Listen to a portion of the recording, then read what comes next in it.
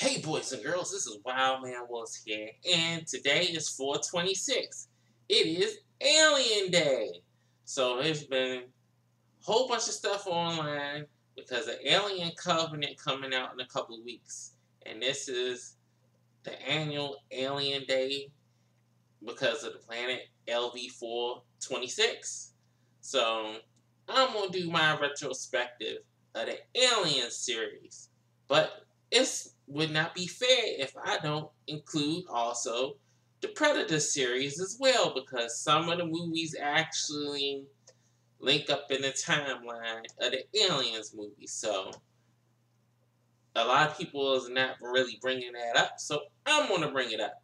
So I'm going to start off with Predator with Arnold Schwarzenegger, Carl Weathers, Bill Duke, Jesse the Body Ventura, and other people as well. So this movie just came out of nowhere, and just a new take on it. Alien Stalker is almost in the same line as the original Alien movie, whereas one threat that just overwhelms everybody in a, not really in a closed setting, but the jungle setting is kind of an enclosed setting, just like the ship off of the original Alien. So cool special effects, introduce a new character, a new monster in horror and sci-fi. So pretty classic Arnold Schwarzenegger movie with a lot of memorable lines like "Get to the chopper." So that's something that's been used a lot. So going to that, you have to go into a sequel, Predator 2, with Danny Glover, Gary Busey, and somebody that's going to make another appearance later down the line, Bill Paxton. So this movie really doesn't have anything to really do with the first movie except the military trying to get a hold of the Predator's technology. But other than that, they don't really bring back Arnold Schwarzenegger. He's brought up in like a picture, and Gary Busey explaining to Danny Glover's character. It's set in 1999. That was supposed to be the future, but it just looked like regular old LA. So you had the Predator stalking drug gangs, the Jamaicans, the Spanish people. You had them in a subway train where it seemed like almost every person on the subway train had a gun. Some people feel like this is the lesser sequel to the Predator franchise, but I still enjoyed it. I enjoyed Danny Glover just basically playing a younger version of his character from Lethal Weapon. Still talk about he's too old for this shit. So that's still funny to see. I like watching Predator 2, and the reason why I'm talking about this movie because one point in the movie, Danny Glover is on the Predator's mothership, and they have a trophy room, and you actually see the xenomorph's head. So, but the thing is, they already had Alien versus Predator comic books before this movie came out. So, this was actually an idea that was already talked about. So, they put it in as a little Easter egg in the movie. So, I'm going in this chronological by the storyline. So basically you had that, and then you could go either one or two ways. You can go with it Predators or Alien versus Predator. So I choose to go Alien versus Predator because that came out next. And so basically they decide, well, we'll make an Alien versus Predator movie, but we'll make it PG-13 so we can get more people to come in. So they basically neutered both characters. The special effects were cool. The storyline was kind of wonky, but it did introduce a lot of stuff that they talked about in the Aliens versus Predator movie. They actually have a female character in the Predator Alien versus Predator universe that's actually a human, but actually joins up with the Predator tribe. But they changed the race. She was of Asian descent in the comic book, but they choose Sanaa Lathan in the Alien versus Predator movie, which I did not mind her in the movie. You also had Lance Henriksen playing as, I believe, Waylon Bishop, but that kind of contradicts some things that happened in the other movies in the timeline. So I guess he's a descendant. I don't know how that worked. It was cool to see the Alien versus Predators fighting each other, but it basically neutered it, even though they had an unrated version.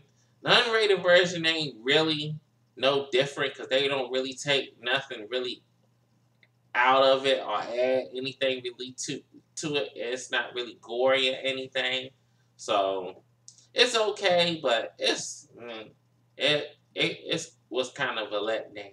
And actually having an alien queen on Earth being in a alien temple in the Antarctic kind of doesn't make any sense. But a lot of things in this movie doesn't make sense. It's just something to watch in the background. So the next movie I'm going to is Alien versus Predator Requiem, and it's a guilty pleasure of mine. Sometimes you can't see nothing in this movie, what's going on. Everything is in the dark. The last 30 or 40 minutes of the movie, everything is in the dark because they was trying to hide the budget of the makeup of the alien and the prayer alien in the movie. So watch the unrated version because you actually see kids get killed. You can actually see a kid getting a chest buster coming out of his chest, which is hilarious to see. And you actually do see the prayer alien, which is something that everybody was waiting for to see. And you could barely see him a lot of times in the movie. But he has a amazing ability to actually plant chest busters, not face huggers, actually chest busters in humans and pregnant women. And I think the babies got killed too, so that's something wild to see. Other than that, this movie is a throwaway, but it does have a connection with the Aliens franchise because the Weyland-Yutani Corporation actually gets a hold of the Predator gun, which he loses in the battle, and one of the humans pick it up. So that's actually something that does connect with the aliens. And my theory is, with all the stuff that happened in the first Alien versus Predator movie, and with the Weyland-Yutani Corporation, that's how they get one of the ideas to send out Ripley's crew in the original Alien, and also kind of had an idea in the Prometheus movie that it was some kind of life form out there somewhere, even though we'll get into that later. Then we go into Predators.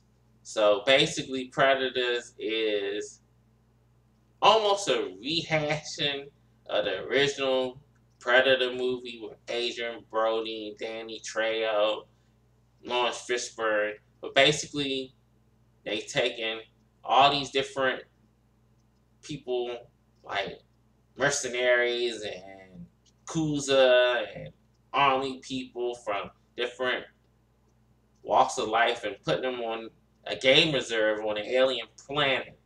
And basically, it's just the original Predator done over again on an alien planet.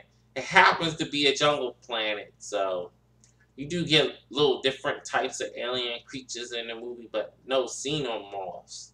So that's basically it with Predator in the aliens mythology. So we will go into Prometheus, which is a movie that is really divided between aliens fans because it doesn't really truly connect with aliens.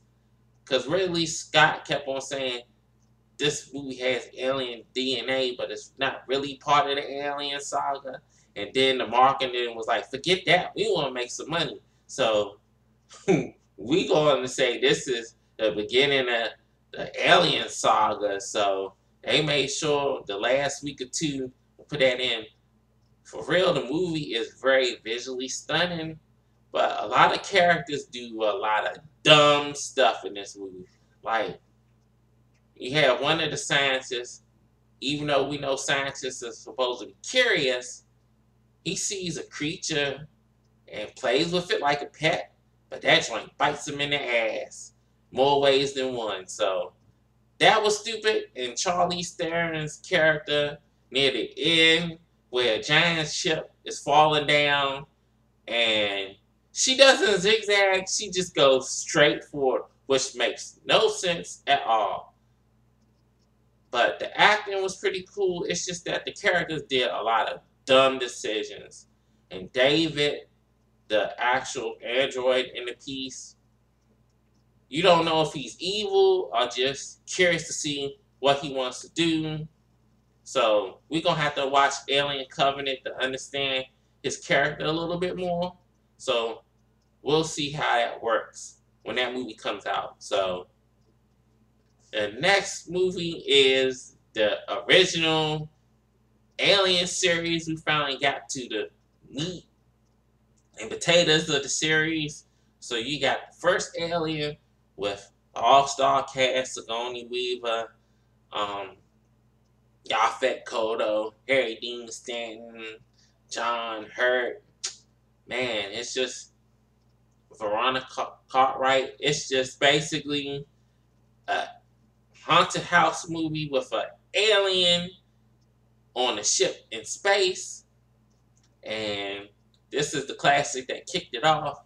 Kenner tried to make action figures out of this back in the day to try to cash in on the Star Wars thing, but it didn't work because this movie was just rated R, but they still made children's merchandise regardless of the fact, but it didn't last for so long. So, what can you say? This movie is just a classic. It had a lot of rip-offs of this particular movie after it came out, so everybody was trying to make their own alien movie with a creature trying to kill people. But it has a lot of metaphors in this movie, like male rape, about pregnancy and unwanted pregnancy, and all kinds of craziness. Had H.R. Geiger's design of the alien creature, which is just an amazing looking creature to see. You don't really get to see much of them, which is cool to see, because if you had seen too much of the actual character, it would have looked like a man in a suit. So even though it was a man in a suit, you can't tell at all because you just see bits and pieces of it. And they actually say once the alien gets aboard the ship, he's in the movie, but you really can't see him unless if you really pay attention to where he's actually hanging out at. So Alien is an all-time classic, but my favorite one out the set, and I think the one that's more influential in actual sci-fi history, is Aliens, the James Cameron sequel to the movie, and it's just a balls-to-wall movie. You have another all-star cast with Michael Biehn, the late Bill Paxton, Paul Reiser. So many people is in this movie, and it's just basically the war Vietnam movie the Alien saga, and it introduced a lot of concepts. The Alien Queen, which is just an excellent, excellent, uh, very excellent practical effect, which still stands up to date, even when they do the CGI version. Nothing has a candle to the original actual puppetry of the original Alien Queen. You got introduced to many different weapons. The pulse rifles, which actually is a weapon that's shown up in a lot of video games, especially Halo series and all kind of other stuff. And the Colonial Marines have been something that's been copied in many, many movies over the years. And it's just an excellent cast of characters. You got Sigourney Weaver coming back as Ripley, and she has been thrusted back into the aliens world with the corporation, which we learn later on is the Weyland-Yutani Corporation, trying to basically get the aliens as a biological weapon. So they don't know that going in, but basically that's what they sent in for. So you got two cuts of the movie, the original cut and the director's cut. The director's cut is longer. It adds a little bit more backstory about Ripley, but both versions are equally just as good, so you can watch it either way. But to me, Aliens is the high point of the whole Alien franchise. Then you go down the drain with Alien 3, which all the characters you care about, gone, dead, got killed off stupid way. And it doesn't make any sense how an alien actually got on the ship. You didn't see the queen carry no eggs. You didn't see no face huggers crawling around with her. It was just a convenient plot device. David Fincher disowns this movie because the studio screwed with him so bad during this movie.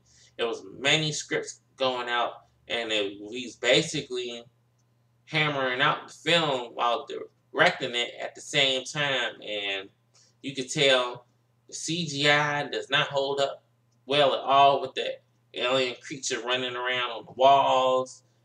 You could tell the screen difference between the CGI and the puppetry in the movie, and that really throws it off. It's a kind of a slug of a movie to watch. It tries to be the original Alien over again, and it doesn't work. So, I don't care too much for Alien 3, but it's an okay movie, but I don't really like it for so much. Then we go to the bottom of the barrel. Alien Resurrection. They bring back Ellen Ripley as a clone. So she has a mix of human DNA and alien DNA in her system. And this movie is more played for jokes more than anything else. You got a cast with such people as Ron Perlman and Winona Ryder and a whole bunch of other people in the movie.